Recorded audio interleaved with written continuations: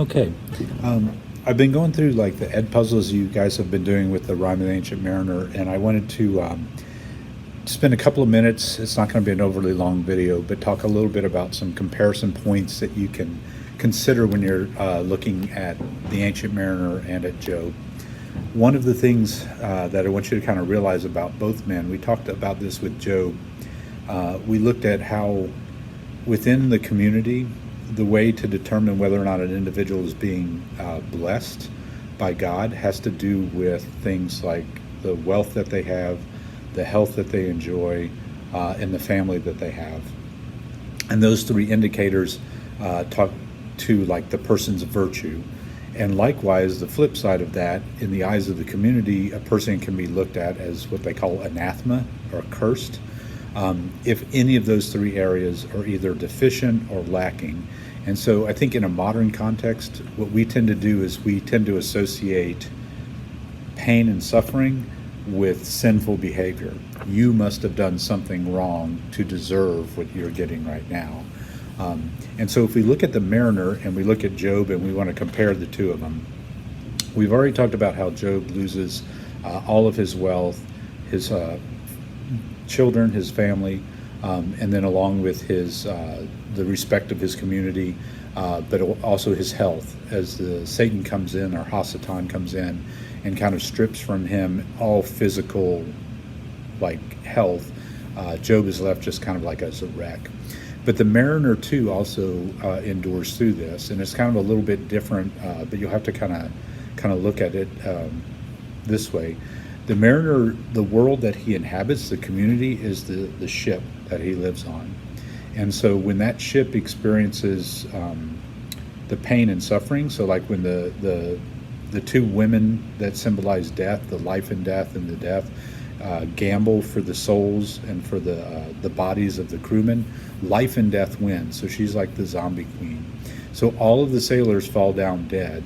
Okay, their bodies are dead, which means that the mariner has lost his community, but he has also lost his nephew. If you read carefully or listen carefully in the text, you'll notice they mention that the body of my brother's son and I pulled the rope together. And so that's his nephew. So he has lost the only family that we know him to have is aboard the ship that he should be caring for. So he's lost his family just like Job loses his. As far as his station, his wealth, it comes in the form of the community respect that they have for him. The other sailors see him as a cursed being. That's why they hang the albatross around his neck. So he loses that respect, which means any cachet or any kind of like belief that the mariners have that he is a wealthy individual to them, to the community, all of that's taken away.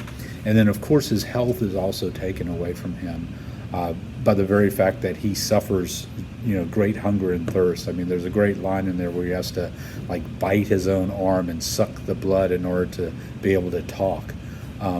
So physically this guy is going through a lot. But here's the key difference. In the book of Job, Job suffers, Job complains, Job loses all of it.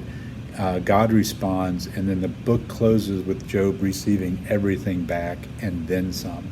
So he gets more than he ended with.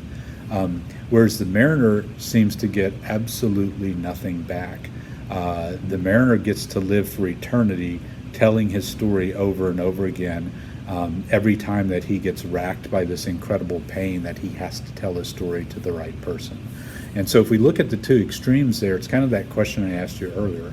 Would you rather have long, enduring pain that's nagging at you? It's not constant, but it's going to be there for eternity or for the rest of your life, or something sudden and very harsh, but it will be a period in your life, and then it will be over with.